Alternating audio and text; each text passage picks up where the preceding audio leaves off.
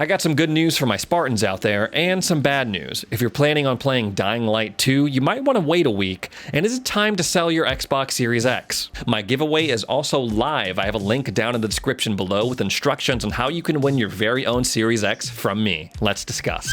So Halo's multiplayer is best known for its arena-style combat that pits teams of 4 versus 4 in these different game modes. You got the classic Slayer, which is more or less deathmatch. You got Capture the Flag, you got Oddball, you got Strongholds, and historically, and as well as in Halo Infinite, you have Free-for-all Slayer, which you have no team, you just go in by yourself, and you gotta figure it out. And you got Duos, 2 versus 2, and of course, Big Team Battle. Now, Big Team Battle, if you're not aware, ups the pool of players from a total of 8 to a total of 24. It's teams of 12 versus 12, and this game mode is really where you're gonna encounter a lot of the vehicles in the game, and just because there are so many other players, it makes for a chaotic experience, which in turn leads to some really funny, crazy moments overall. Or it could be super frustrating if the enemy team controls all the Wraiths, all the Scorpions, all the Wasps, and you can't walk 2 feet out of your spawn without getting annihilated. Big Team Battle in Halo Infinite for the past forever has been unplayable, pretty much. I went on a rant about this in a video that I uploaded, I think, a couple weeks ago, and even up until then, it had been happening for a couple of weeks. The queue to get into a match was super messed up. I would say, hey, we can't connect to the dedicated server, and then try to reconnect, and then say, hey, I can't connect you to the dedicated server, and instead of letting me back out into another game mode, it would just keep me in this weird, bizarre loop. If I did make it into a match, and that happened like 20% of the time, half the people would be missing, either on your team or on the enemy team. The game modes were pretty much broken. Like when I was playing Strongholds once, you couldn't capture any of the strongholds that you were supposed to do in order to advance the game. It was nuts. Overall, it was just something that was unacceptable on many levels, especially for a game that is the big Xbox game out right now. Like, how could Big Team Battle work perfectly in the flight and in the beta period and be completely broken when the game is officially launched? And it makes no sense to me. And it's one thing for the game mode to not be working, but it's another thing for it to have gone on. The problem persisted for so long. Infinite was already fighting an uphill battle with the player base because it launched with some key features missing that have made an appearance in all the other previous Halo titles. They tried to introduce a hotfix on January 19th of this year in order to address these Big Team Battle issues, and it still didn't work. But now, today, February 3rd, they have launched the official patch to fix all the Big Team Battle worries. The Halo Senior Community Manager tweeted, "Meeting just wrapped. Update for Big Team Battle is ready to launch for tomorrow, targeting 10 a.m. Pacific time. See you all then." And I can confirm that Big Team Battle is indeed in working order again. I queued up for 3 straight matches and played through them no issue before I started filming. And also as part of this patch, they're making sure that heavy vehicles like Wraiths and Scorpions drop earlier in the match and more frequently. And this is definitely something that happens as well. I was able to hop into a Scorpion for the first time, I think ever, in Infinite's Big Team Battle, so that was pretty cool. But as we all know, sometimes when these patches get implemented, other areas of the game start to suffer randomly, so we'll keep an eye on that. So as we were discussing previously, Halo Infinite launched without some key features that have made an appearance in past Halo games. This includes Forge mode, which is a custom map making mode where players can go and make their own levels. It first made an appearance in Halo 3, and there was this really cool map back in the day in Halo 3.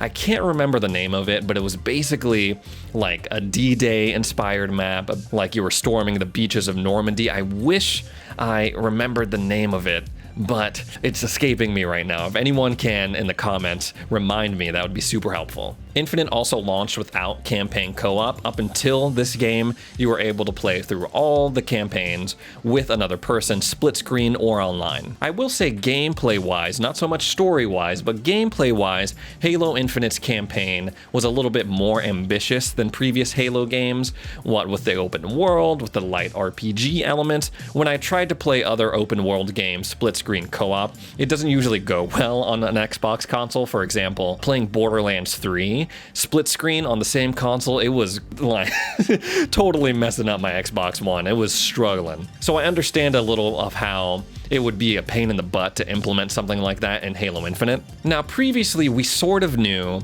that they were planning on adding these features when Season 2 of the multiplayer came around. You know, it might still be on track to be added by that time, but we might have to wait a little bit longer. Joseph Staten, head of creative on Halo Infinite, tweeted this: "Hey folks, in November, I said we'd have a hashtag Halo Infinite update on our seasonal roadmap, co-op, and Forge in January. We need more time to finalize our plans, so what we share is something you can rely on. This work is my top priority, and we'll have an update as soon as we can." Now, I will start off by saying, I have been satisfied, personally, with my Halo Infinite experience. I enjoyed the campaign, but I also understand that some other people might not have. One of my followers, High Power Soldier on Twitter and on Twitch, said, "Hey, I wasn't a huge fan of Halo Infinite's campaign, I just completed it. It wasn't for me." And that's cool. I also understand that some people are bored with the multiplayer, and that's not me. I have been enjoying the multiplayer. Last night, I played for like 6 straight hours, just grinding ranked with 3 of my buddies, and we're also getting ready for a tournament coming up on the 7th, so we've been grinding for that and having a good time doing it. Things like Forge mode, I think are cool. You know, I always think it's awesome to see what the player base comes up with when, you know, it comes to different levels, game modes, things like that. But to me, it wasn't something that I personally spent a lot of time in past Halo games. I thought it was cool loading in other people's maps and, you know, messing around with them with my friends. To me, it was not integral to the Halo experience. Same thing with campaign co-op. In the few times that I've played campaign with another person in past Halo games, it's been fun, but again, it's not super important to me personally. I will say though, it's probably time to call it like it is, right? Halo Infinite could have probably used a couple more months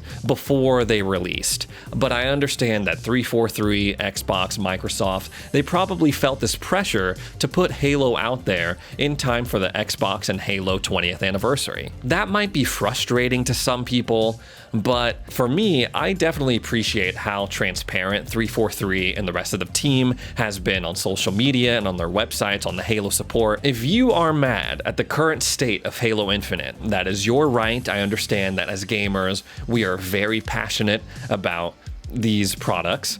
But the one thing I will ask is that please do not harass anyone at 343, Xbox, or Microsoft. Don't harass the employees. Bullying the development team is not going to get the results you want. And now that I know people in game development, they're people too. They got their own issues. They got deadlines they have to meet. They got a lot going on in their life. Voice your concerns in a civil manner, whether that be on Twitter, Reddit, reaching out to the team via, you know, reporting your problems on your Xbox. But please, after you do that, just move on. Thank you for coming to my TED Talk.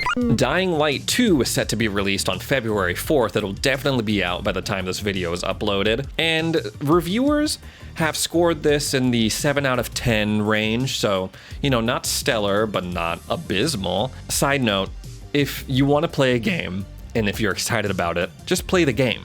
Don't let a reviewer's thoughts prevent you from trying it out on your own. And if you enjoy the game, definitely don't let a reviewer's thoughts stop you from enjoying it. Dying Light 2 seems to have bigger problems though, and that's because it's apparently riddled with bugs. Techland seeks to fix that with a day 1 patch that promises to fix over 1,000 problems. Techland said in a statement, "Within the last 2 weeks, we added over 1,000 fixes and improvements on all platforms.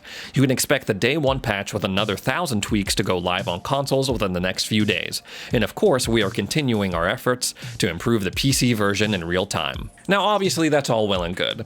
I'm never going to complain about a team continuing to patch things in a game that needs it. But day 1 patches can be really obnoxious for a couple of reasons. If you're getting a physical copy of the game on launch, first you have to budget the time to not only download the game, which is pretty big on your Xbox console, it's over 70 gigs, but you also have to budget out time to download this day 1 patch. And if you live in a region that has crappy internet, sorry, it's going to take up like 7-10 hours of your day. That also applies to people who have it preloaded digitally. You thought you were smart by downloading it early? Well, that stuff doesn't come with the patch that we're talking about, so you're going to have to budget out even more time to download even more stuff before you can play the game on launch. The reviewers also had a copy of this game that did not have this patch, so I imagine that Reviewing a game and trying to figure out whether or not it's good or not and forming an opinion about it could be pretty hard if you're encountering all of these bugs. For example, on IGN's review, they said the game was good,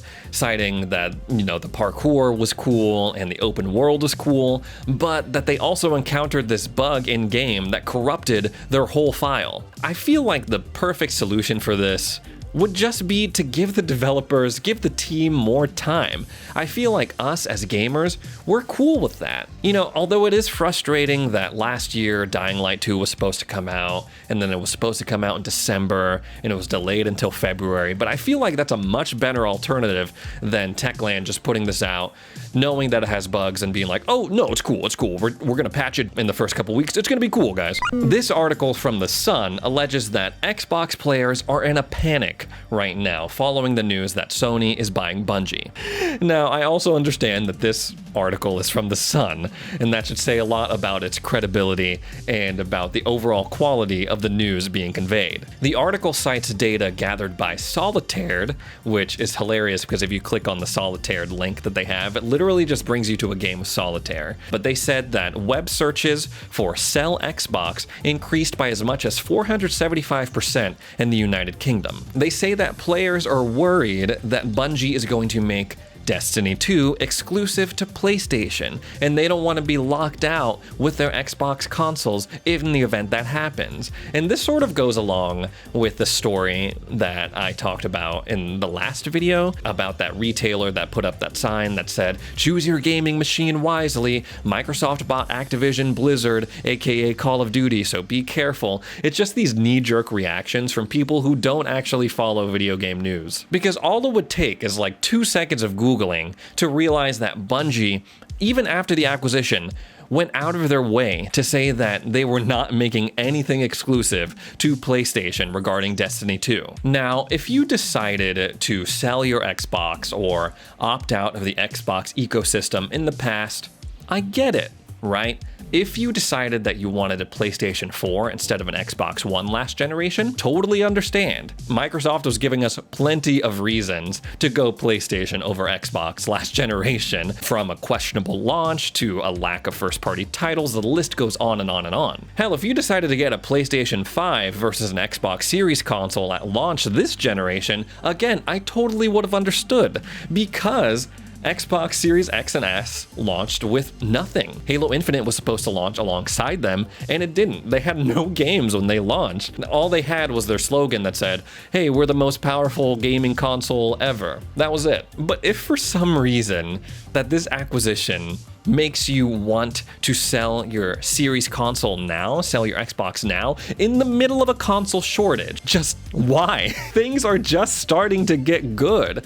Like, at least wait until we see what Xbox does with the Bethesda stuff. At least wait until Redfall and Starfield come out this year. Microsoft also bought Activision Blizzard and all of their studios, all of their assets, all their IPs. Like, you could be missing out on future Call of Duty, Diablo, Overwatch, Spyro games. And at the very least, in the next year or two, they're gonna add a bunch of those titles to Xbox Game Pass. Also, selling it because of Bungie?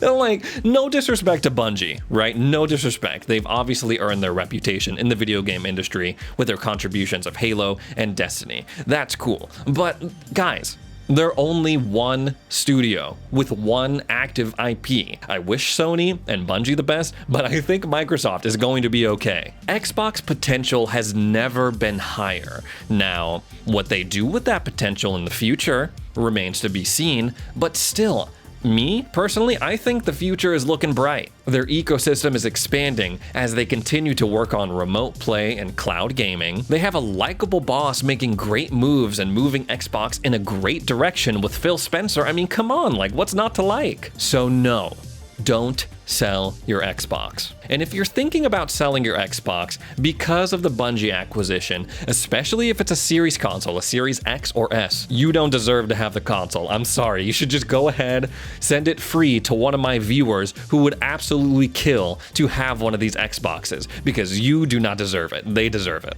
Anyway, guys, that's all the news I have for today. If you're tuning in for the first time, my name is Ray, and I would very much appreciate it if you went on over to Twitter and followed me at StayXboxReady. My My giveaway is also live. I have a link down in the description below with instructions on how you can win your very own Series X from me. Thanks again for tuning in, and we'll see you in the next video.